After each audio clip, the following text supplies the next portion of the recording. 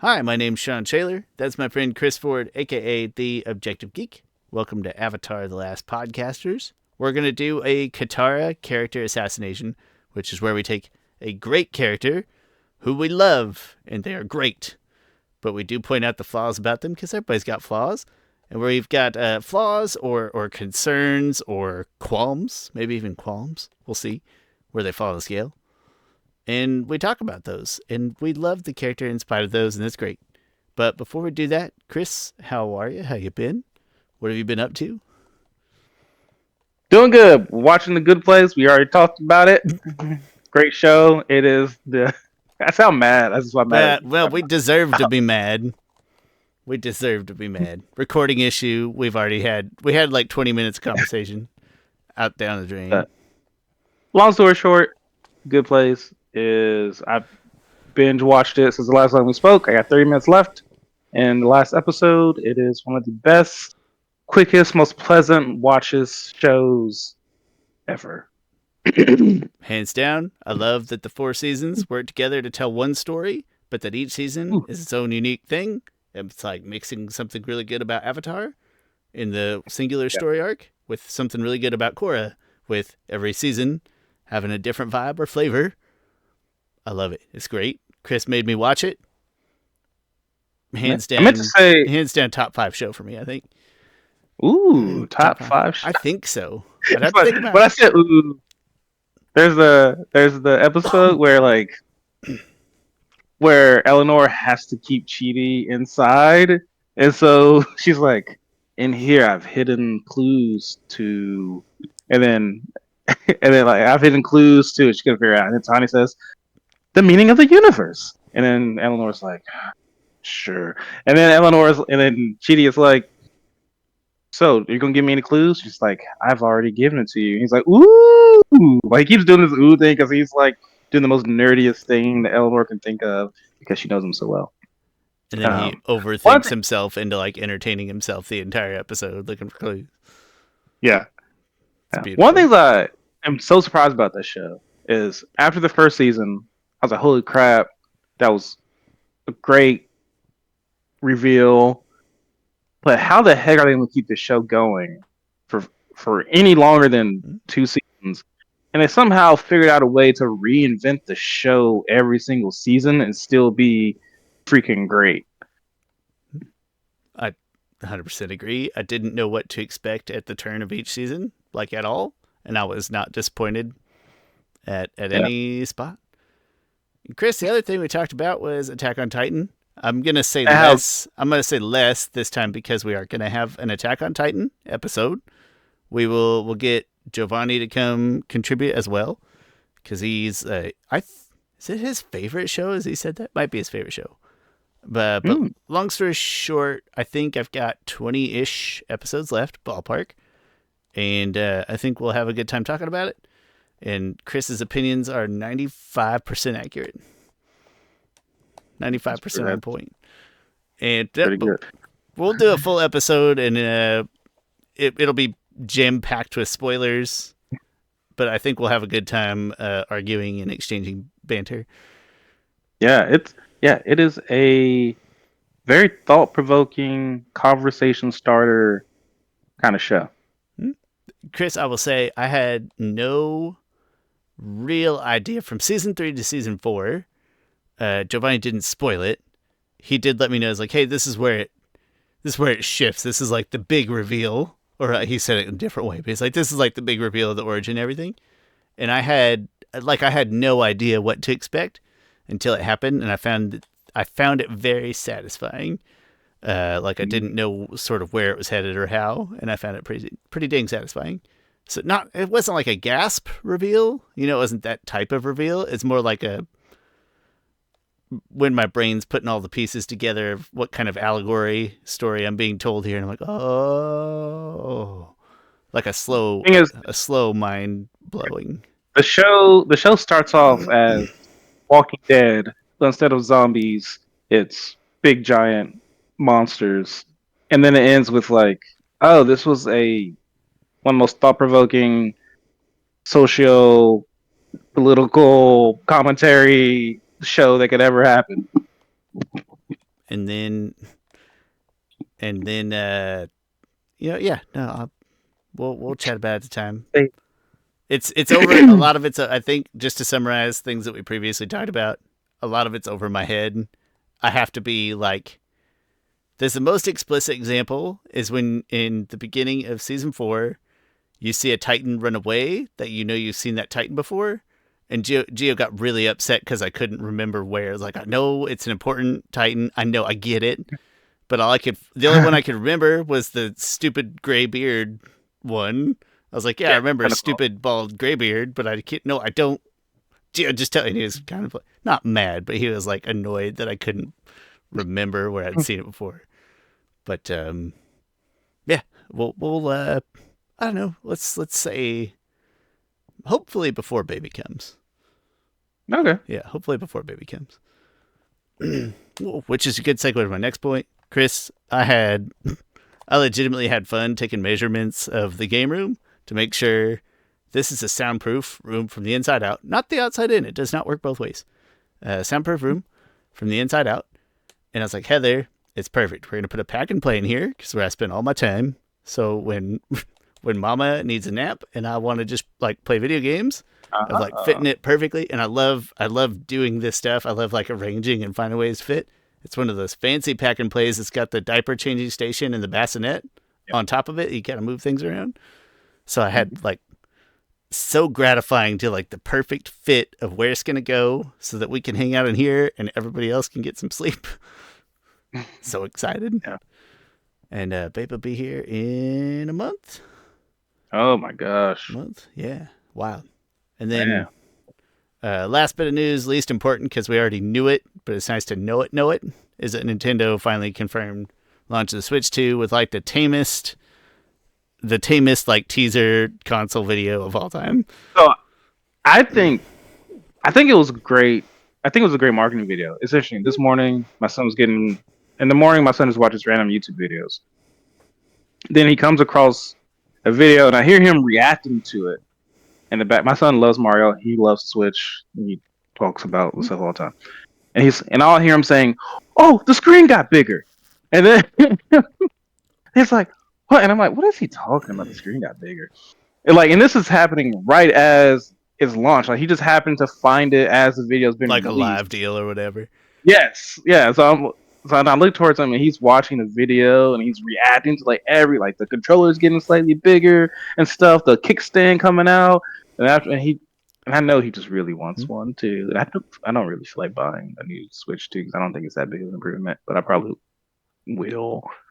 I mean, I certainly will, but I don't like buying consoles at launch. Not that there's a ton of horrible console launches over the years, but just that PS3, Xbox 360 era, like really, really scared me. Mm. And then also I like used games, so buying consoles at launch, like, all right, when I'm paying full price for the console and for the games. But like it was great marketing to show the old Switch transform into the new Switch, right? Like instant, like, okay, it is a different console. Here's how. I get it. So good marketing. I won't buy it right away, but I feel like, birthday, Christmas, anniversary, that'll be, maybe half a year, give or take, into that ballpark. And that'll be a good time. When do you think it's coming out? Probably sooner than we expect. They've got those, they showed in April. They had, I don't even know what to call them, events, like live events in early April. And I felt like, maybe a couple months after that. Okay, I'm hoping for August. That's around my kid's birthday. And I don't have to buy them anything extra for their birthday. I can just buy a Switch 2. Yeah, I was hoping to hear earlier, so if they had stock issues, they'd be restocked by Christmas. But I don't, the logistics of shoe stock issues that you and I might have experienced, probably not totally dissimilar, but dissimilar enough from restocking Nintendo Switch consoles. So I don't really know. Honestly, Shawn, planning back to school in the Caribbean is way harder probably than planning Switch sales in the USA. Nintendo probably has a tighter stranglehold on their what do you call it? Like where their products are created, right? So it's like, okay, it's way more complex, but it's Nintendo. You can't make them mad. Where us at little old Payless, Like we like just to put this in perspective for people. All right, we think of a little retail 101. It's funny how different the first 10 minutes of this episode is from the first time that we. Totally different shows, Chris. Totally different shows. Retail 101. If you think about a single girl's dress shoe that they would wear to back to school, for a store in North America, the average store in North America, they might sell 4 of those shoes a week during back to school. Yes, 3 to 4 week window, I think, is what we called it. Yes, yeah. So back to school time between July and August, somewhere around there. In the Caribbean, that they sell like 100 per week. Tiny islands. Tiny islands. Yes. Barbados? You can walk across Barbados in a day, I think. It's 30 miles across, something like that. 4 stores? Yeah, so they sell on average 100 of those shoes per week. So we have to plan to send them the right amount of inventory. Got to plan it just right, because once those shoes are in the country, they can't leave the country.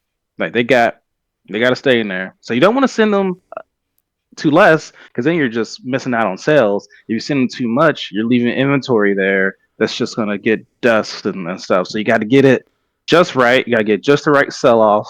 You got to get it to where they don't run out, but they don't have too much left on hand after the sale. And also you got to plan the purchase orders coming in, because Caribbean has 8-week lead times from the DC to the store, while North American stores from the distribution center to the stores is about 1 or 2 weeks. So you got to plan all that out. Then you got to back that out into the factories. So planning Caribbean back to school Every is once in a while. Every once in a while, a pool point would just like not have room, and I'd be like, "Hey, when did these shoes get around to the store?" Like, I don't know. They're sitting outside right now, outside of the pool point building. Yeah, 'cause then you can't overload them either, because there are constraints in the flow, and so. But Yup. man, I have not thought about that in such a long time. I got in trouble at Westlake one time because it was at Christmas. I was only there for one holiday season, and it was a big toolbox. And like, I tried my best. I thought I did an okay job, but like 50 or 60% of our stores sold out because it went on a huge sale. It was like 50% off. And what like the big toolbox on wheels, it was a good deal, but like a big number of our stores sold out, and the product manager for that particular toolbox like got upset. It's like, look how many sales we missed. It's like, where's a store gonna stock 30 toolboxes that are this big? Yeah. Where do you go show me in that store right now? Where that's probably like the most heated of like an argument I've ever had with not a boss, but like a superior. Because he was legit. It's like, you missed so many. It's like, where are they gonna put them? Where are they?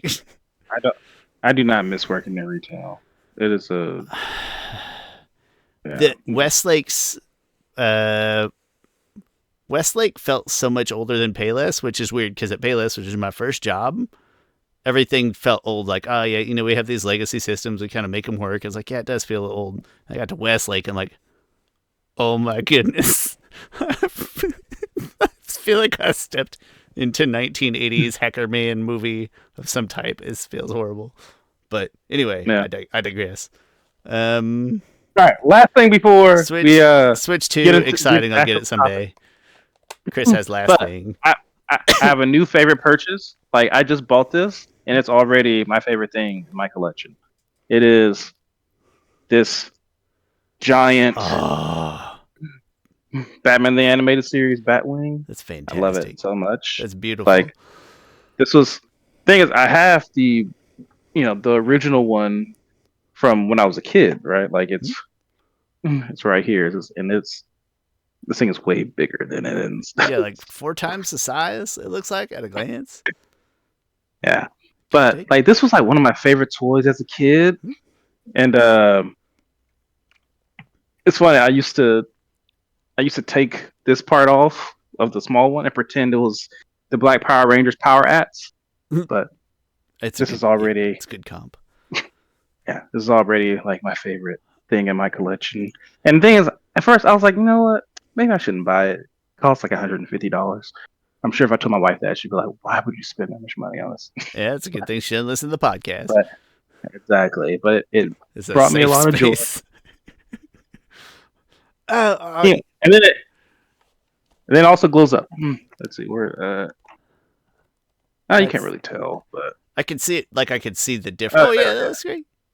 It's so yeah. satisfying. Something about the just the exuberant size. So satisfying. Ah, that's probably my favorite thing now. As well it should be. Chris, I forgot. I have one more thing. Oh, I interrupted. That's rude of me. I interrupted you. Oh, I'm done. I'm done. I'm just geeking over. It it Go. it looks great. I promise not to tell your wife. Oh, we got accepted con panel. That's a for sure. So that's exciting. That's not the thing I was gonna say, but it's another thing we're saying. So we'll have a con trivia panel. Planet wait, Planet Comic Con Kansas City, Saturday at 6 or 7 p.m. I think 7. 7 p.m. Very exciting. Our usual time. The usual. Probably a bigger room. Got to be a bigger room this year. That'll probably be the same. I'm because last year had like 3 Avatar voice actors. Last year's huge for There was a lot of Avatar Avatar people. fans, so we had like maybe 300 people. 300 plus. Yeah, we were over 3. Oh, okay. Hmm? Wow. I know, that's fun, Okay. right? But my friends were talking about going to con, and they're like, there's not really much going on at con this year because they've never come. Like in the time that you and I have been doing it, they've not come. And this year they just started Yeah. talking about it, and then one of them's like, I don't know, there's not really much. And the other one's like, yeah, I guess not. I was like, how dare you? How dare you? And so they might come. But the other thing I was gonna say, and I forgot about, is it's time. It was time in D&D for us to start like a new campaign. So campaigns can go really long or really short or whatever, but usually longer. I created a new character, and the scene or the narrative is we're essentially pirates. And Gio was like, I should be Luffy because Gio loves One Piece. And I was like, oh yeah, Okay. that's a lot of fun. And then the way that we rolled our characters this time, because our DM decided to shake it up, was like really high risk, really high reward. Basically, normally you have a lot of choice. Like, all right, well, here's the stats that you can assign. You can, here's your numbers. You put those in the ability buckets that you want, or something you can like. You have some choice. This time he's like, nope, we're gonna roll, and you're gonna. This is the order, and I'm gonna roll a number. That's the number that goes in that slot for your skills. And basically, the character that I rolled was like like perfect Luffy. Like if you had to put stats on a Luffy character, and so Gio's like, damn it, you have to be Luffy. I was like, I don't. Okay, fine. I like the One Piece live action. Never watched the animation. I'll watch the remake if it gets shrunk. I'll watch that.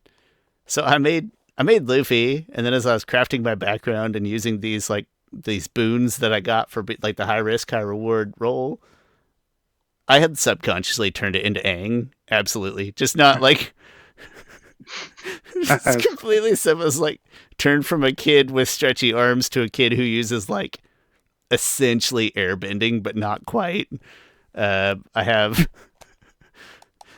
like I have an invisible mage's hand that can shove other creatures, and I have one of my character's boons that's specific to the high risk, high roll rewards that our DM gave us is that instead of my reach being 5 feet to punch somebody, it's like 5 feet extra. So it's essentially like I'm throwing like airbending punches. And I did all this work, and I looked at the character and the backstory. My character ran away from home, like he made a mistake. He ran away from home. And I looked back, I was like, supposed to make Luffy. I made Aang. And I told Gio, I was like, is this Luffy? And he's like, yeah, kind of. I was like, is it Aang? And he's like, oh. And then his poor Gio's rolls were garbage, so he just had to make something that where he got really unlucky. But long story short, I just want everybody to know that Avatar pervades my subconscious. I don't even know how to make a character right. It's a great character though. I'm stoked. He's still Luffy. He's Luffy-esque, but really only in the sense that I'm only using fists, not weapons, and then I have a longer reach for a smaller character. That's like the only part that remained Luffy whatsoever. He's a monk. He's an open fist, way of the open fist monk, no weapons. damn subconscious. No, not damn. Great subconscious. Great work, subconscious. Chris, let's pick apart Katara. Let's take her down. All right. How long have we been talking? Just FYI. 20 minutes this run. 20 minutes this. It feels Okay. longer. It feels longer, probably because it's in total probably been 40 minutes. It almost certainly is. We talked quite a bit between two in the show's That's defense. true. All right. So these aren't in any order, really. Unless you want them. No, there's no order for it. No, We're just kind of character discussion. character discussion. All right. I'll start off with something that I think is kind of dumb, and that I think it was dumb for Katara to ban bloodbending. Bloodbending can be used. I mean, sure, you're reaching into a person's body and stuff, but the way that Yukon and the way that Amon even uses it in time can be like the most airbender technique of like, hey, before the fight even starts, I stop it by just making you fall asleep. That is the most non-violent way to do something. So it could be used in that sense. It could be used for healing. Like we learned that Atuat, who was in the Kyoshi novels, pretty much was bloodbending to heal people and keep them from dying. Like she could keep people on the cups of death until she got them, better healed up and stuff. So bloodbending, I think she overreacted to it. And granted, it does. I mean, there's might be an argument of like, oh well, if you keep that going, then the technique is going to branch out and get more advanced and stuff. But that's how all techniques are. That's how Like growth works. yeah. And so, yeah, that's one thing. So the part that makes me completely agree with you 1,000% so much is that blood. I don't place extra weight in blood. I know when you say blood and you want to put like more emotional weight on it than it deserves, and it's important. It's blood. I get it, but like there's no difference to me if I bloodbend you versus if I trap you in a rock encasement, right? Like if I bloodbend you to hold still, or if I earthbend rocks around you so you can't move. There's no difference in my mind in doing those. It can be used as you described perfectly, as non-violently as any kind of bending, and be so effective. So effective. Yeah. It's infuriating. She's young. I get it. She has thoughts that might develop and adapt over time. But yeah, it's... I mean, she probably, if I had to guess, she probably banned it because Cone says he was like that coward Katara banned it. Oh, I forgot. No, I forgot that completely.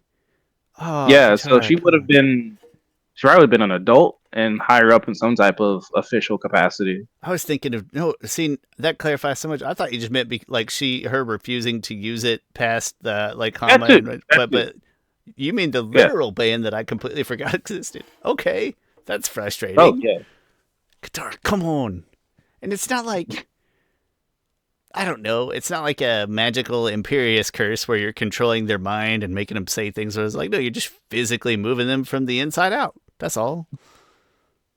Yeah. Very frustrating. Chris, I'll voice one next. I have to be careful with this because I don't want it to sound sexist, because I swear it's not. I'm trying to observe a character here. And it's just, but I don't want it to be tied to the fact just because she's a girl. That's not the point. But sometimes she is sort of emotionally hypocritical. And I think there's ties to how sometimes her emotions get the best of her and prevent her from being like the best possible teammate, or that cause her to sort of try to take charge of a situation that she may or may not have any business taking charge of. And I think you can nitpick and find examples all over, but like one of my favorite examples, and it's a good example because it's a great episode, it's a great outcome, but like in The Painted Lady, I always thought I don't really like the way that she handled that. Like she used lying and deceit to her friends to do this good deed. And it's like there's a sense of if Sokka or Aang had done that, like she would have ripped him a new one. She would have shredded him to pieces. But it's like since she was doing it, she determined that it was okay, that it's fine, and that the way that she went about it always frustrated me. Of essentially not involved. Like she could have made the same speech earlier and had their involvement sooner and not lied or deceived or been hypocritical. And I think that's just my favorite big example of like it was a really good ends, but her means I feel were poor. I'd like to think that she grew from it after that, but there's other examples scattered throughout. Yeah, it's interesting. She's probably the most judgmental person, especially with Team Avatar. And That's with fair. being a judgmental person, you become a hypocritical person as you have that risk of being a hypocritical person. And yeah, she does. And again, just want to explain that these things aren't. Some of these things aren't necessarily bad writing. It's just her being a character and being flawed and things like She's a that. young Uh, person. yeah, like you don't want to write all perfect people. Yeah. Um, and so yeah, so she is hypocritical a lot of the time. She's hypocritical when she steals the water bending scroll, and even the end of that episode is kind of a weird like, oh, what'd you learn, Katara? Stealing is bad unless it's from pirates, and that's kind Uh, of yeah, that's like one of yeah, those. That's like the Great Divide ending where it's like, that's funny, and I'm over here like, what? yeah, I think, yeah. But on the flip side of that, she got mad at Toph and Aang and them for doing scams even before it got out of hand. yeah. Um, So it's like, even when it's like, hey, you just tricks a trickster and stuff. Also, you're in the Fire Nation. Um, but yeah, yeah, she can. Yeah, she could definitely be. And there's other instances, of her being hypocritical. Um, yeah, I just can't. There's other times of that happening. we even noted. I don't remember which one of us says something about vengeance, and that kind of fits into the same bucket of if like Sokka went out against somebody for revenge, would she have been okay with it? It's like, nope, she was the one like in the room or felt guilt, like personal guilt at their mom's death. So that in her mind justified it. But if she's on the other side, it does not feel like she would have been receptive to that. It's interesting because she was. It's an interesting thing. Difference between her and Aang because Aang was very vengeful in the desert, but granted, she wasn't judgmental at him at that point. She was just True. trying to keep everyone True. together and stuff. Um, but she was so vengeful in in the episode the Southern Raiders that kind of went out of her way. Like it's not like she came across Yan Ra or anything. Like they went out of their way, and I get it. You gotta have filler episodes. Great I episode. know, but at a Um, peak point in Team Avatar's mission, it's like let's go track down this this person. Get on Appa. Also, they weren't being chased by anyone at that point. I mean, they still could have been chased by Azula. yeah. Like imagine if Azula tracked down Team Avatar, they were able to escape on And on anything. Appa's not an unlimited resource. Like they Mm, just, I yeah, guess we'll abuse this one form of life-saving transportation that we have for our own purposes. yeah. Yeah, garbage. But again, that it is frustrating. It's part of it's one of her flaws. It does not make her like the bad guy. Like it's one of the things that she grows and operates through, and that's good character building. And also us as the viewer and for Katara as a character, that episode was probably very necessary, and it didn't really fit in with anything else. It's like if they wanted to force that in, it'd be like Yon Ra was actually a captain on one of the Fire Nation boats that they were trying to get onto, and then like she realized it was the same guy. That might be kind Hmm. of It interesting. sounds like a But plot nonetheless, convenience that I could live with, right? it Like would maybe not how be I would write it yeah, up, but it would be a major plot convenience. that's okay. We're down for conveniences. It's the unless holes we don't like. unless he unless because of his raids and stuff worked his way up higher in the Fire Nation. So like maybe he was like below Zhao or something, right? Like he had to take over for Zhao's. If I mean that would actually make a little bit of sense. Like, oh hey, Zhao was killed. We need someone to come in and be the admiral. hey, well, we got this vet that's been around for years. But Anyway, would you lose anything by Katara not making this choice that like has us discussing Katara's character because it was more convenient? Does I that don't think you would lose that much if fair it enough? changed to that. But I'm New thinking what I if still would. scenario for Yanra's career path coming Well, at you Jan next Raw's week. career path wasn't crap. What if he wasn't living at home with his mom? It's and it. What if his mom was more supportive? That's the real what if. You know, if he had more self esteem, more of a go getter. That's he probably killed Katara's mom, thinking it was his. No, Not he like was picturing thinking it, but like her. picturing her. Yeah, Yep, like poor all guy. mothers are terrible. It's just Katara's mom didn't have to die just if. In fact, that's why he told her like, "Hey, I'll give you my mom." Like all moms should die. Added so much lore to this character that appears on screen twice in the whole show. It's perfect. It's perfect. All right. You're up. So, uh, one of the other things, and this is one thing. It was hard for me to make this list because I love Katara's character.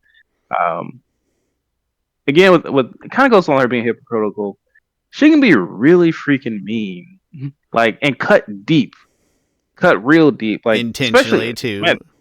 yeah, man. Everything a lot of stuff goes back to Southern Raiders, because in Southern Raiders, she's like, "Hey, me and Zuko are gonna go track down the person who killed my mom," and like Sokka's like being the smart, rational one who's like, Katara, like this doesn't make any sense. Like come on, she was my mother too. And then she's response back, well, you didn't love her as much as I did.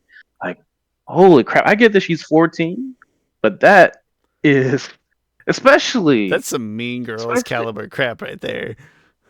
yeah, especially because Katara. I feel like Katara is using what Sokka admitted to Toph in the episode The Runaway against him. Because when Sokka's like, I can't even remember my mom's face.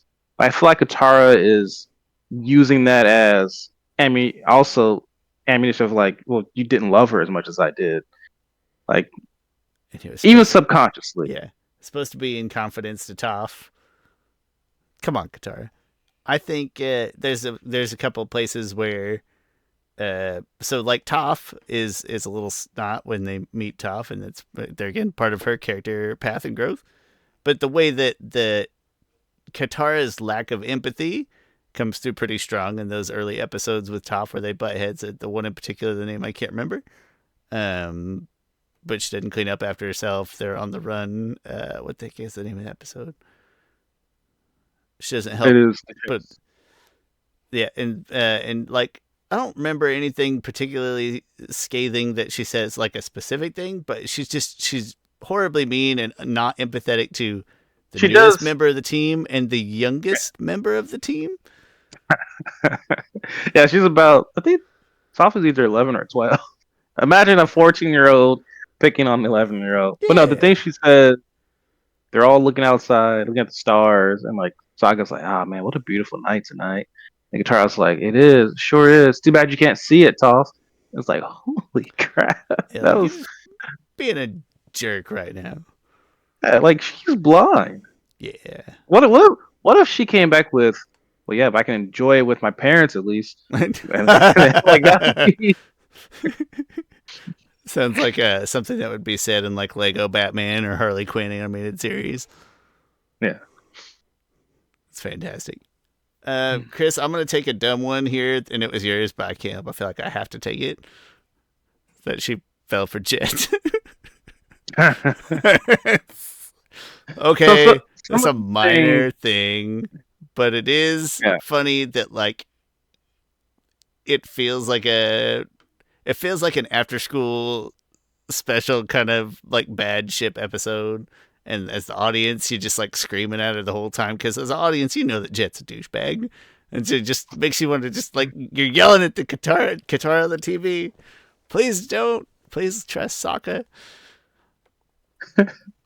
It's She like that just meme, like imagine a world that Jack and Katara got married, but it was like a terrible relationship. and like that Interstellar meme, like Mads Katara knocking. No, no, don't do it. That's perfect. That's the thing is that movie is so great, and but like that movie is so great, it's so emotional, and but like it still gets turned into funny memes, which is maybe it's a commentary on our society, but Or I mean, I or don't it's know. just funny. Like Yeah, it's like just a general form of flattery that people pay enough attention to like pick out that scene and true. and That and is pervasively memify it. it's funny. Like none of Christopher Nolan's other movies get memed like that, but that one has like two memes, like the crying and stuff, Mm-hmm. and then seeing trying to stop yourself from things. That scene is interesting because like he can't even if he could communicate to himself, he knows what's going to happen, and he knows, and because he doesn't stop himself, he's where he's at now. So like it's almost a screaming for nothing for that character, and the character knows it's for nothing, but that's It's encompasses just how much pain he's yeah, feeling in them. like what it's that big of an emotional reaction, which I don't think any of the Batman movies as like have like the same level of meme other than just the college humor videos be the closest thing. Chris, the other day Yeah, I watched somebody rank the Harry Potter movies and they ranked the third one as their favorite, as their go Harry Potter, and I almost threw my keyboard through the TV. That is the second or third worst Harry Potter movie. The time travel rules in it make less sense than any other time travel movie I've ever seen. I hate it so much. It's the worst. The punch, people in the movie theater cheered when Hermione punched Draco, and just it's the worst looking punch I think in the history of cinema. It looks atrocious, and I hate it. It's a terrible movie. It's not even a good book because it's not the time travel. It doesn't make sense in it. It doesn't work. The rules aren't right. Anyway, different diatribe for what's that another movie day. called again? Prisoner of Is that Azkaban, okay? and just so like some things happen in time. I'm going to call it time A and time B. So time A is like when you're going through it the first time, and time B is when you're going through it the second time. Some Hmm. things do happen in time A that don't happen in time B, but other things happen in time A, like it's not consistent of why does this thing happen here and not here, and this thing does happen in both.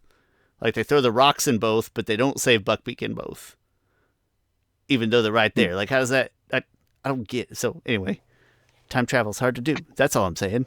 And Interstellar, Time travel is hard to do. it's a good take. That's a good take. Yeah, it's an interesting way that I mean they I'm probably not you know supposed to call it time it, travel in Interstellar. I'm probably supposed to refer to it as then I like how they wrap science into it because like all right, well gravity like gravity can affect time, which is a it can weird affect the flow of time. oh Yeah, yeah, like and that's like an actual scientifically proven thing. Um, and then they take it at another level. But it, really, the whole movie is about how love transcends space yeah. time, That and was a like that's the strongest thing for a force in the while. world. Was a thing for a while where we would all have that like one friend who's like, yeah, gravity can't affect the flow of time, and here's why Interstellar could really happen. And like, okay, I'm glad you liked the movie. I miss. Thing is, I miss Nolan between Inception and Interstellar. No one did a movie that made you want to do homework after the movie, made you want to go and like, all right, I need to see the exactly like what the heck is happening, how is this explained and stuff. It's funny. You could probably there's probably stuff out there for Tenet, but Tenet just wasn't good enough for me Didn't to. hit right. Yeah, What's Christopher Nolan doing now that was pertinent to us? What's his next thing? his next movie is going to be the Odyssey. Is that, Homer's. He's going yeah, to. is that what I was thinking of? Adapt that. I don't know. I guess it has to be. Okay. I was I don't know. I was thinking it as a property related more to us when we've probably literally never said the word Odyssey in this show ever. Never read it. Never once. Yeah. Okay, well, whatever. Um, I liked Interstellar. It's neither one of them is my type of movie. Interstellar, felt like it was a better movie, or at least had a slightly better impact on me. Just like watching it, Mm, like I had a better reaction to it, I guess. yeah, Personal opinions. Anyway, she picks yeah, Jet. yeah. I don't. She picks Yeah, Jet. I'm fix Jet. yelling at the TV because you know it's bad, and you know it's just like you can maybe even tie this into my last point. If it's like her letting her, like an emotional reaction control her actual reaction instead of instead of taking control of that or thinking logically and pragmatically. Um, and you're just yelling at the TV and you want it to stop. Yeah. One of the bigger things I have is, and it's a trend with other characters that people overhype. That Katara isn't as powerful as most people say she is. Like, I can name beyond the Bloodbenders, I can name at least five waterbenders that are stronger than her. Korra, um, Minghua. I think I said besides the Bloodbenders, Atuat. Uh, Besides bloodbenders or besides blood bending, right? Like if bloodbender, okay, you take that out, but is Amon still a better waterbender? And he is probably, yeah. maybe. Unalog. Shoot, Korra's dad. Maybe. No, I never seen Korra's dad. Well, just depends. Um, Korra, but like, probably. to me, yeah, I said Korra. Oh, you did. I'm Korra's sorry, you definitely have. did.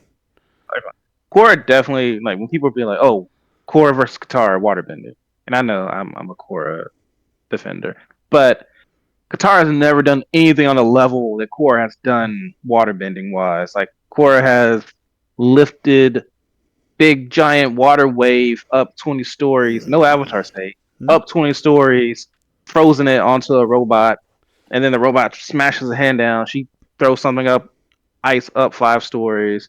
Korra can like make huge 30-foot funnels that go at like 40 miles per hour, getting chased by planes and stuff, wildfire bending against other benders. Like, Korra, just Yeah. It always her feats with water bending just shatter anything that Katara has done. it always merits saying that we miss probably like Katara's peak years, but like, hey, gotta work with the information we got. And Yeah, there's nothing that really strongly suggests that she could achieve those waterbending feats. Maybe Netflix live action. Maybe they'll pump her up more. You know. well, where it might happen is the Aang movie that's coming out, and they just started doing the voice work for it, I believe. At least there was an image of Jessica Mateen, who will be, which I fan casted her as Minghua. Speaking of Minghua, but she will be voicing Katara in the Aang adult movie that comes out in 2026, I guess. I mean this completely sarcastic, but Chris, you idiot, because you said his Ming was sarcasm. I'm joking. I'm joking. She can still play a live action Minghua. Yeah, absolutely, absolutely. Um, so Oh, I it's forgot to.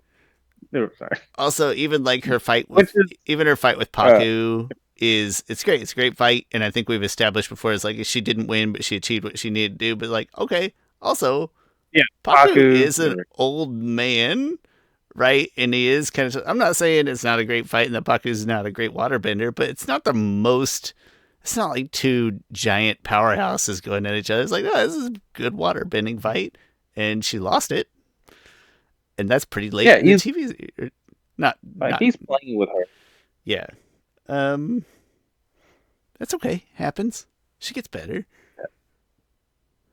But she's not super powerful. It's not. It doesn't feel like Toph as an Earthbender. It's not the same category in their field. I put her on the same level as Zuko, kind of. Okay, But the thing is, it's a nice is comp. that people people don't really. I never hear people being like, "Oh man, Zuko would destroy like whatever." They don't overhype Zuko's firebending. Um, They're not going to say that like Zuko is going to destroy Azula in just a pure firebending fight. Yeah, or even I don't hear that many people being like, "Oh, well, yeah, Zuko will destroy Mako." Like they might say he'll beat Mako, but people will be like, "Oh yeah, Katara would destroy Korra and just waterbend." And I'm like, no, no, that's That's just internet she's probably trolls. more. Yeah. Oh yeah, of course. Yeah. Just just nonsense. But anyway, Chris, do you want to do the last thing that you have listed? You had basically all these were yours. Do you want to do your last one you've got listed there? So this one I don't agree with, but it's often a fan criticism is that they don't like Katara's lack of involvement in Legend of Korra. I disagree with this because they're like, oh, it's no excuse that she's old. Paku was old, Suko was old. I'm like, let Katara rest. Like, she's really freaking old. Like, the thing is Hama was really old, and she wasn't like a. Really old. And when it came to like waterbending, she wasn't as good as Katara at not probably Katara's peak. Sure. So Katara's really old. She looks old. Let her rest. Like she just looks like a grandma. I couldn't really even imagine Katara from Legend of Korra fighting someone. Like she looks like she just wants to knit, and that sounded like Setsu Saka.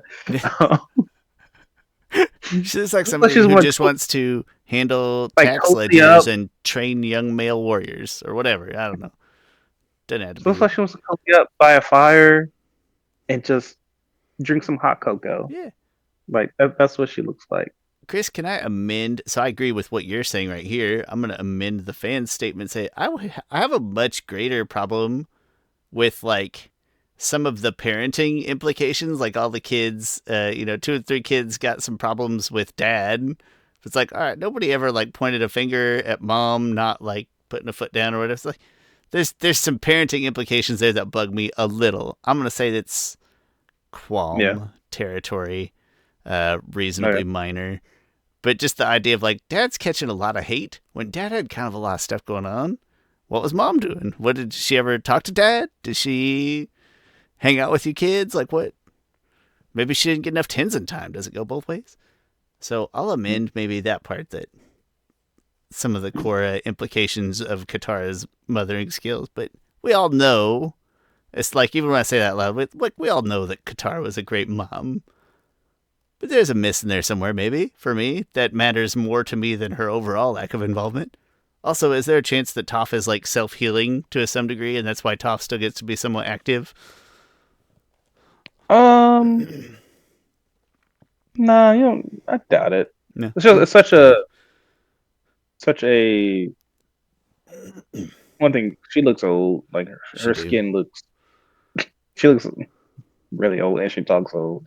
So, I mean, granted, Lao Ga seems smart enough to be like, "Hey, I need to keep passing for And really old. old. Like, I can't be like a young person."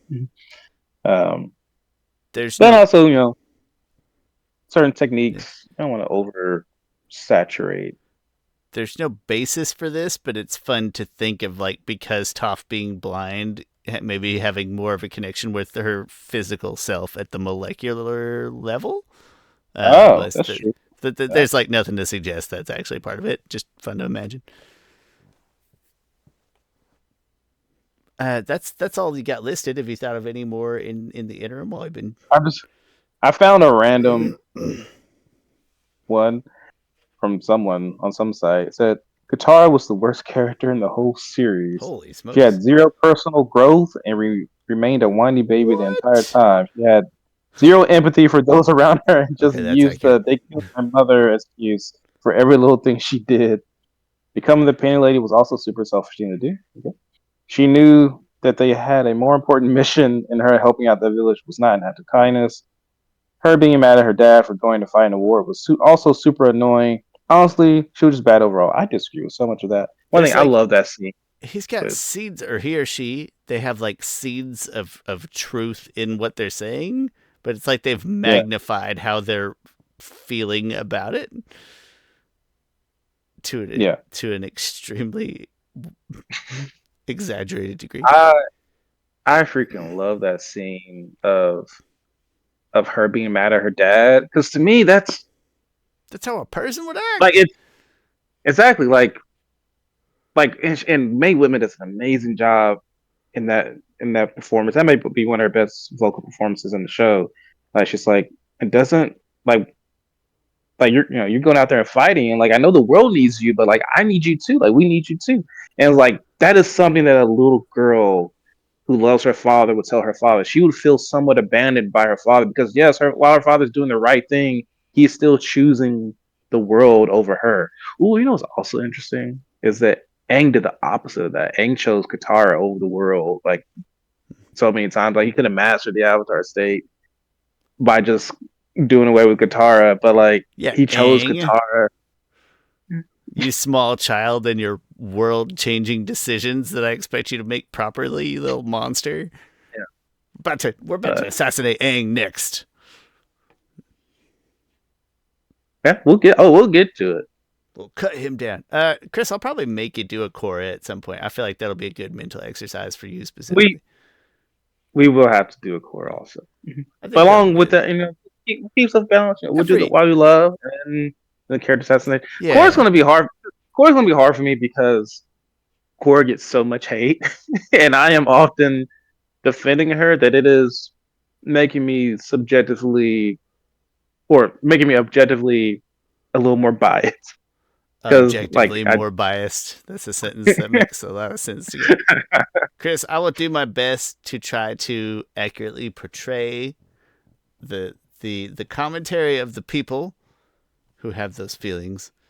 I'm sure I'll share them to some degree, but as usual, probably a more muted degree than like internet commenting the like thing is, haters. But season two, some people have issues with season two. And we talked about season two before. I have issues with season two that I feel like are this is bad writing. I feel like oftentimes people call something bad writing, and it's not bad writing. They just didn't like that it happened. hmm? Like Korra losing connection to the past lives. Like, no, that's increasing the stakes. That's putting weight on stuff that's happening. That's showing because you didn't do this, this happened, and now you got to grow as a character because of it. You know, you got to take away this crutch you had before. But like, there's stuff in season two that I'm like, no, that's just bad writing. That's just betraying the character and their story they came before. So that is, Yeah, I'm sure I can find plenty of stuff about Korra. we will. Yeah, we'll pick that apart along with. I mean, let's be honest. If nobody's favorite character is safe, we will cut you down. No, but we wouldn't do it. It's the core, the underlying theme of these videos is all these things happen. That is good writing, at least for the most part. That we don't like how it happened or we don't like how they're behaving, but we love them in spite of it or because they grow past it or whatever, and that's part of their journey. Iroh is Yeah. just the easy. Iroh was the best place to start because he's like the most revered character who was also an awful person. Yeah, like He's the ideal and target. anytime I say something negative about Iroh, people are like, you just like they just miss. I love Iroh. He is my favorite Hmm? character in the show, and I'll be like, Said you are repeatedly. We've if said it yeah, repeatedly. if you are not seeing these things about Iroh, you are one blind, and two doing an injustice to his growth You're missing the by whole being by, point of Iroh. exactly by trying to excuse Iroh's Iroh's uh siege on Bossing to say and stuff, being like, oh, it was war and stuff. Like, or getting caught up in the semantics of what are war crimes. People be like, oh, well, Iroh didn't commit any war crimes. Like, it's not like he, like, okay, well, you're getting caught up in the word war crimes and trying to imply real world definition of war crimes. Iroh led a siege against an innocent nation, and he was responsible for killing and leading people to kill people. His own son died in this war. Also, you Like get you farther and can't. farther down conjecture territory as opposed to like what do we actually know from what we see on screen, and that bugs me when people are kind of making points, but like no, he that's why it was a perfect way to start. uh Yeah, yeah, no favorite character is safe. we still haven't done the Zuko character assassination, which would be Zuko, we did the why we love. Zuko. Zuko's another good one because you just gives the full arc, right? It's a really yeah, like good arc to work with. that one might be harder because it's so much annoying stuff up front, and he learns from like all of it. Hmm? And it's like, all right, His well, what? his learning trajectory, like his visible arc, is more obvious, right? So it's more gratifying. It's more gratifying to see him want to go from wanting to throw lightning to being able to redirect lightning. It's just more on the surface, and not that makes it bad. But you already got the gratification of the good that came from the bad, so that might make it feel simpler or more superficial to break him down somehow. Yeah, But I don't know, let's do it anyway. I'm trying to think of we love Amon and Zahir as villains. We had to character assassinate villains like from the flip side perspective. if I was Amon, this is how I would have done it. He did it wrong here, yeah. here. Oh, Less material to work with. That could huh, be tricky, but I'm down to try. huh, yeah, yeah. That's a tough thing to think about. We have a lot of respect for Amon as a villain. He gets a lot of props on this show. Not because He we does believe it. in his practices, just as a villain goes. Like I think about, trying to think about Kitsune Project and like Amon's name is such a cool name, and Hmm? then his design, like everything about Amon is a really. It's funny. I wonder what if I wonder what fans, which villain people like more between Zahir and Amon. Like they're very similar in ways. Like, I'm gonna but, huh. And, guess. I'm gonna guess that people like Zahir because there's just a more engaging presence, like a more engaging screen presence, and you get more there of is, it.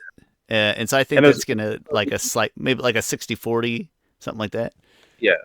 He also does the things that people want Hmm. to. He does the adult, gory, like killed the queen. Like he's all like He people like that stuff. flies. So Amon is like still like a shroud of secrecy to some degree, right? He's still kind of Mhm. operating in the covert. It's like, nope, I Zahir think Amon. taking down I think the Amon. monarchy, and flying. He flies. What else do you? Yeah, I think Amon means like mask. I believe it means mask. It means something like that, or concealed, something like that. At the risk of going down another tangent, I'll try not to here. But one of my other friends in front of Geo compared Titan to Death Note, and Chris, do you Yeah. mind me? Do you have like what's your feeling summary on Death Note? You like it, but you don't Death love it. Note. Death Note is amazing, Okay. right? It Oh, I is, didn't know you had that strong of feelings. Okay. but let me.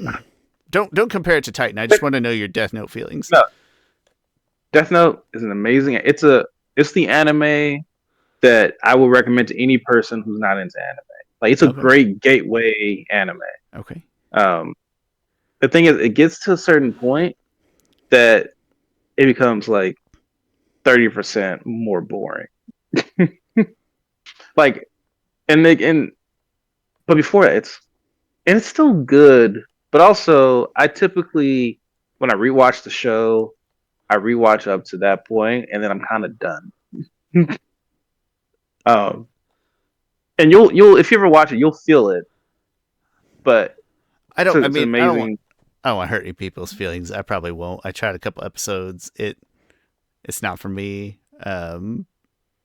But the reason it got compared was Gio and I were talking about the what makes Titan so good and just the way that it presents a very complex narrative and make you think.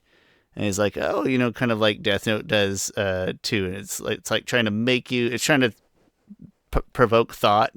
And I don't remember what else he said. And I was like, yeah, but are there Titan fights? And No, but he's there got is like a death eating glare. potato chips, and there are tennis matches. So have you met the character L? I guess not. In Death Note, what are we talking about now? Yeah, Are you making yeah. up I'm more sorry. Titan characters just to screw Uh, with me? Because it'll work. so you say you watched 2 episodes of Probably too. Death But it's Note? also been like when we had Netflix proper. So it's been like 7 Oh, okay. years. Oh, okay. Like Death Note. is really a game of cat and mouse between Light Yagami and this character named L. And the first, so like all the government all the governments come together and they're like, something weird is happening. All these prisoners or people who are on death row or people who got off of murder charges off of technicality, they're all dying. But like they're dying of heart attacks, all of them. And they're like, something's happening. So then they get the world's greatest detective, not named Batman. They get the world's greatest detective named L. L's like, I'll figure it out. So then there's an episode where he broadcasts himself on TV. And he tells the whole world, like, there's someone out there. We don't know why. We don't know how, but they are killing people. And they're killing, you know, guilty people of all these stuff. Like, but that's not right. Like, that's not justice. We will find you.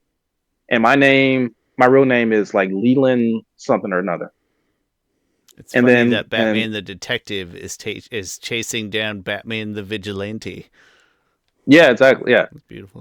He's like, we will find you.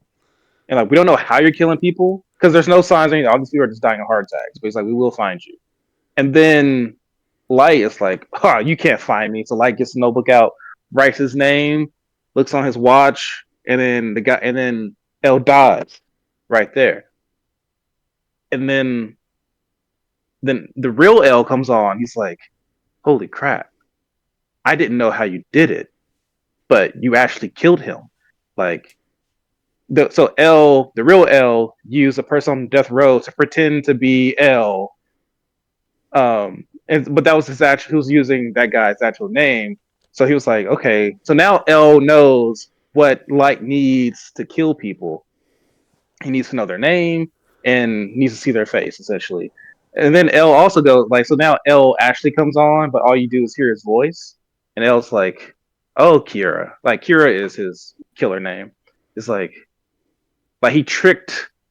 he made Light show his hand, even though Light didn't want to. I thought he was being the smart one. So he's like, oh, like, okay, you know, this was actually a test. Like, you think this is broadcast out to the whole world, but we just made it look like it was broadcast to the whole world. Really, I zoned in on this little section of Japan and only showed it here. And so only this section has shown it. So now I know where your location. I now have a perimeter of where you're at. Like I'm coming to find you.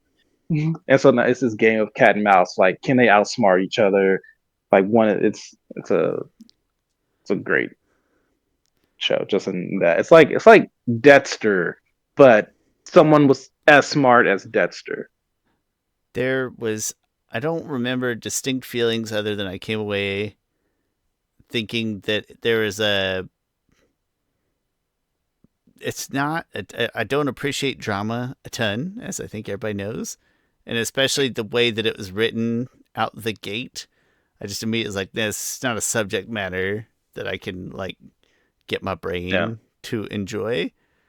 It could. It's one of those like it could find its way on this something that I watch just to try to appreciate like why it's good, in a Titan way or whatever you want to call it. But there's something about those first couple episodes like no, I can't make my I think it's brain. I think it's only like 50 episodes, somewhere around there. That's at least 22 minutes. a palatable length. But and then it came up. This like Geo loves One Piece is probably his favorite lighter hearted show. And he's like, Shawn, I can't believe you don't like One Piece. Like it's stupid. It's kind of mindless. I was like, I probably would, but I can't stand the voice actors in the dub. I don't like subs. I like dubs. And I can't stand the Luffy voice actor. I was like, and I was like, just picture if Ash Ketchum, but was screaming at you half the episode, and that's just You what know you what? had to listen That's, to. that's actually really funny, Shawn. I didn't meet them. Went to a con, and both of them were on a panel because they're both. It was this women in Both anime women, panel. They're yeah. both voiced by women. It's like a scratchy kind of Grady voice, and I don't love Pokemon as an anime. I liked it as a kid. I don't love it, and part of the reason is Ash's voice. And I was like, all right, well, it's just Pokemon, but Ash is screaming at you, and it's just that loud, raspy voice. So in the remake, I really hope that they choose a different voice actor with a slightly different voice. The live action, that guy was great. I loved his voice. I thought he was great. The rest of live action, like, okay, fine, whatever. But I enjoyed it, Still I haven't guess. finished the live action. I watched 3 episodes and it's never finished it. Hmm. I think because I'm not convinced they will tell a whole story because One Piece hasn't finished telling a whole story. Yeah, that's kind of a full circle on our episode here. Like we started talking about the good place and telling a full story. And will it ever actually happen with One Piece? And the answer is probably not.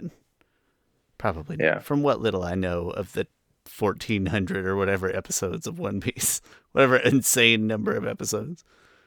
But anyway, I'm excited to watch the reboot when it comes out. yeah, I will, because I probably will. Probably mesh with me just fine.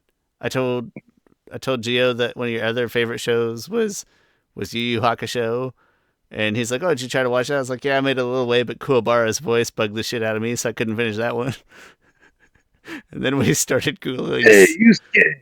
Yuzuke, and then we started googling sensory disorders and homeopathic treatments for misophonia, which is like when sounds like make you sick and stuff like that. We went really big down a rabbit hole of what's wrong with me, and can't find an answer. It's fine. The person's voice is Kuwabara is Chris Sabat, who I yelled at once. Mm-hmm. Uh, I didn't yell at him. Just hey, Chris Sabat. He was probably trying to keep it low key because he was wearing it during COVID. Go He to the was wearing a mask. bathroom. He was going to the I bathroom. felt probably one of the cringiest things I've done. But his But, voice as All Might is great. I love that voice. That Superman, just oh, big, he is. Yeah, vibrant. he's he's so good at that type of role. Oh, you should watch Vinland Saga, Shawn. Uh, Vinland Saga is also great. It's also very dramatic. You might not. Can you listen? as a, Sometimes you recommend The Good Place or Community, right? Two of my favorite shows ever. Other times you recommend Attack on Titan and Death Note and whatever it is you just said that I already forgot. Vinland Saga is about a boy who gets kidnapped and he wants to kill his kidnapper, but it has to be like right, like it has to be like in a battle, in a almost a and he gets stronger. And it takes place during I want to say during like those great religious wars. Gosh, we talked about recently. The Crusades? Um, Crusades. I think it takes place during. Maybe it doesn't. But I mean, there's a lot of stuff about Christianity though in it, Hmm. but also Viking religion. But anyway, But it's fictional, right? Vinland Like Saga. it's taking liberties with it. Yes, Like taking it's not liberties taking with. place on. It's not fiction taking place on regular Earth. It's fiction taking place on an Earth-like No, place. it's. I want to say it's fiction on. No, it's real life stuff and events. Like they'll be like, oh well, this battle happened here, and like these are Oh, actual battles that happen and okay. stuff. Um, but the characters are some are fairly fictional, some are real. I think. Can you recommend a show like Fairy Tale or something like that that's more I Shawn caliber? I never watched Fairy Tale. I actually watched like 2 full seasons of it, and I did enjoy. I think the dub ran out, but I finished it, and I was like, "Oh, that's my level of thinking." Oh, In Shawn, you should watch Doctor Stone. Doctor Stone. I think I mentioned this before. Are you You would are you like Doctor punking me Stone. right now? Is that? I gotta Google it. Make Uh, sure you're not lying. and I think it's on Netflix. Okay. Oh, you don't have Netflix. Sorry. I think might No, also we be do. on. We do right now while Gio's here. We have Netflix Okay, while he's here. Doctor Stone's great. Doctor Stone is like somehow everyone on the world gets turned into stone. They wake up. One person wakes up like 10,000 years later, but like everything is there's no technology. He's a scientist. He's trying to bring back technology and stuff. He's trying to save everyone, figure out how to save everyone on the planet. But also it's I think this show's fairly up your alley. I trust your judgment more than I trust most people's judgment of anything. I just don't. Give a couple episodes. It's not like there's no action in it, but there's still I say there's no action, but there's still stakes. There's still conflict, things like that. It's great show. I think new season's coming out here. The final season's coming out here pretty soon. Me and my daughter watches a lot. There's a lot of science in it, and it's pretty cool to see how and like the science is real. Like the science is like he'll be like explaining something, and then he'll be like, "And this is real. You can actually do this at home," and stuff like almost breaking the fourth, of course, breaking the fourth wall and stuff. Like at one point, they try to bring back like he does technology from a point of like, all right, we got to make steel weapons. Like we got to make really good weapons, and then he'll be like, and the Chinese, this is how they, or the Japanese, this is how they made and cure their weapons. So then his people can go fight other people, but because they have such better swords, they win those fights. I say that, but there's not like gory stuff. They aren't like one thing. He's also like he's not. He doesn't say he's opposed to killing, but you can tell that he doesn't like. He's a scientist. It's like he's not like He's not a villain. oh He's yeah just trying to survive and move forward. yeah. Good, excellent. What? Interesting. I've got access to Netflix for 4 more It's a months. yeah, it's a good watch. Uh, Yeah, I recommend it. I do think. I think after Titan, I think Gio wants to watch Korra because our Okay. explanations of ATLA versus Korra, I was like, you're probably gonna like Korra better because it just hits more of those like more like the more dramatic, thought provoking notes. And so I was like, you're probably gonna like Korra Yeah. better. I don't know if we'll finish it because I think our schedule will get all wonky, right? Such as life, baby, whatnot. I think our schedule will get insane. He'll get busy. He'll be playing soccer again in the spring. So I don't think we'll finish No. it. But we're going to do as much of it together as we can after Titan. And then there's a few movies left on our list that we as a group hope to watch together. But anyway, long story short, had Netflix for a little bit. Netflix is strict. So like once he leaves, and I won't want to like use like text his mom at 6 a.m. Italian time, be like, hey, can I have the check-in code for this? So I can watch Dr. Stone.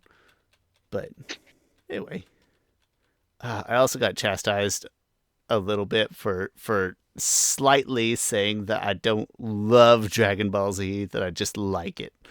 I got chastised pretty hard. It was a tough weekend for my feelings about my TV shows. The thing is, I love Dragon Ball Z, but I don't know why I decided to dust those anyway. but but it doesn't age that well because it is like the plot is freaking basic and but It's a fight it's show. You turn it on to watch yeah, anime fights. That's yeah. fine. There's nothing wrong with that. That's what it is. Yeah, Dragon Ball Z isn't something I wouldn't recommend Dragon Ball Z to anybody who doesn't Mm. watch it. Like, no, I would not. Anyway, um, that's our takedown of Katara. No, our assassination of Katara, followed by Shawn trying really hard to appreciate other people's anime, which he does. I do. And then I think, Chris, do you have something in mind for next week? I don't know. For some reason, we previewed this week last week, and I got in my brain, and I was like, oh, this is a thing we'll do now. I don't know what we're talking about next week. We'll figure out something. It'll be great. And in the meantime, thanks for watching. I'll put all the information in the description. Leave thumbs ups, likes, subs, positive reviews, click bells, leave comments, whatever form of positive interaction you can. And if we get 500 positive reviews, Chris will buy a matching another Batwing. So he can have a pair of them. So he I, can have one on each floor of his house. my neighbor tried to take this. First of all, oh, like the package. Yeah, well, no, he didn't. It accidentally got put um on his porch, so I go over there and like I have the picture of it, right? Like because they took a picture of it Hmm? and they put it on the thing, and I knock on his door. And I'm like, "Oh, did you get a package for me?"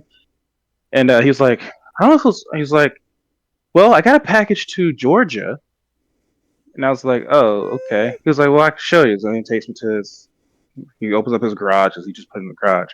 He was like, "Yeah, it says it goes to Georgia."